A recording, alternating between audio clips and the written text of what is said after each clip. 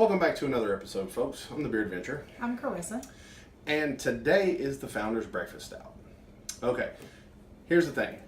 I've had it, but it's been a while. And when I first had this beer, it was kind of, in my market, it was kind of one of those white whale beers. So, there was all this mystique about it, and, it was hard to get. You had to have a friend that brought it from another market into where we lived. But now I can get it in this area.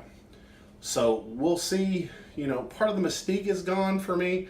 And then to be honest, it's been quite a while since I've had one. Now, the other thing is, she's heard about this tons. And so, this is actually her beer. She bought this when she went to Nashville a while back, or was it Memphis? It was Nashville. It was Nashville. And so, she heard good things about it, so she needed one. So we decided we're going to do it on here.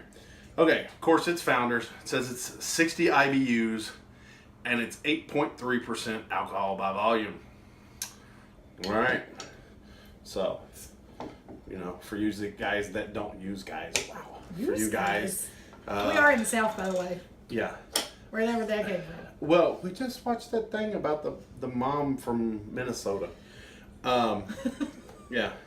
Watching Nick Swardson. So, this is one of those beers that, one of these is like 2 Miller Lights. And it pours like motor oil. Love that. Okay, so this is a coffee chocolate oatmeal stout. Yay, yay, yay. The oatmeal, the flaked oat gives it, the smooth mouthfeel. You're going to have the chocolate for the sweetness and the coffee for the coffee, which will go along good with the roasted. So, let's see what we got going on here. It smells very coffee. It smells rich to me. Yes. Not really like... I can smell the chocolate and the coffee. Right. It smells rich. And the head kind of stays there, which I think is pretty cool.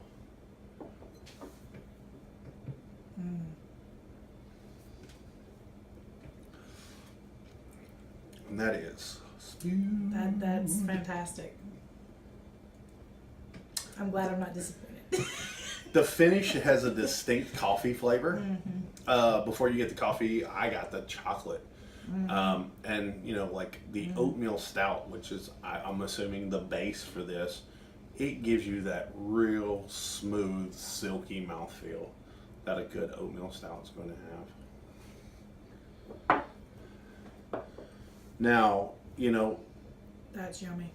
on the back, what it says, coffee lovers beer, brewed with flaked oats, bitter and imported chocolates, and 2 types of coffee. Yeah. I'm not a coffee drinker. So Not either. I don't really know that I get like 2 types of coffee. But I do taste the chocolate. I do taste the coffee. And I definitely feel the oatmeal. I'm a big fan of oatmeal stouts though. So.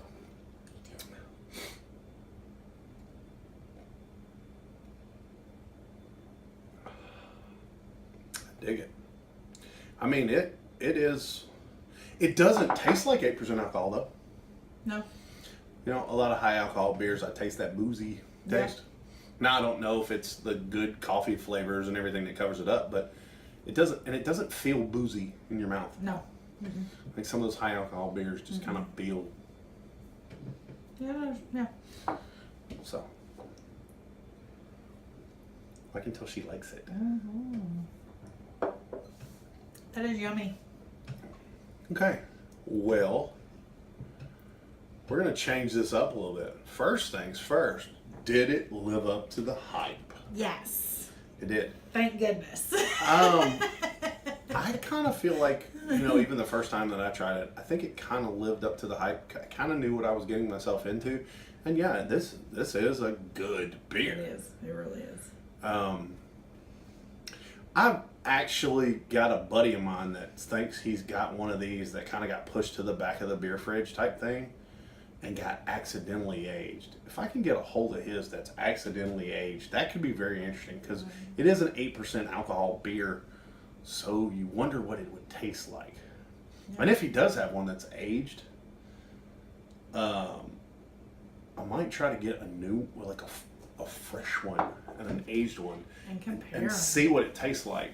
Because I've had some beers that got accidentally aged because there was a while where I moved like 4 times in like a year and a half. And some of the beers we thought got drank didn't, and some of the beer it was a mess.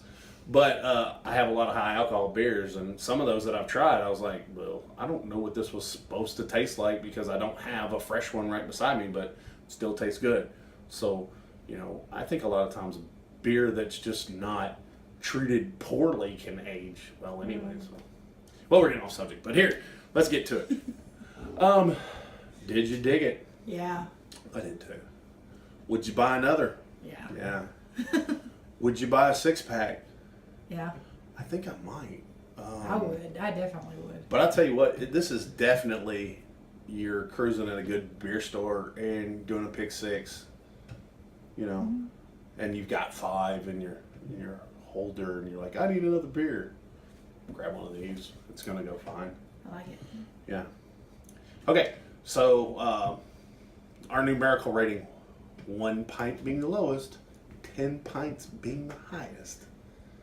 What do you got on it? 9. 9. Damn! Like so far, this might be one of your favorite beers. I really, really like it. Of course, Matter of fact, I love stouts, but I can only think of 2 beers I've ever been with you that you like this much. the Bach, Yeah. Gold Crest 51. Goldcrest 51's Bach, and Wiseacre's gotta get up to get down. Another stout, Yeah. another coffee stout. Right. Well, I put this as an 8. If it was a little less coffee, I would feel like it was even better. But that's because I'm not a huge coffee fan. But this is an 8. Like, this is a good beer. I like it. Well, there you have it, folks. To your next white whale hunt. Cheers.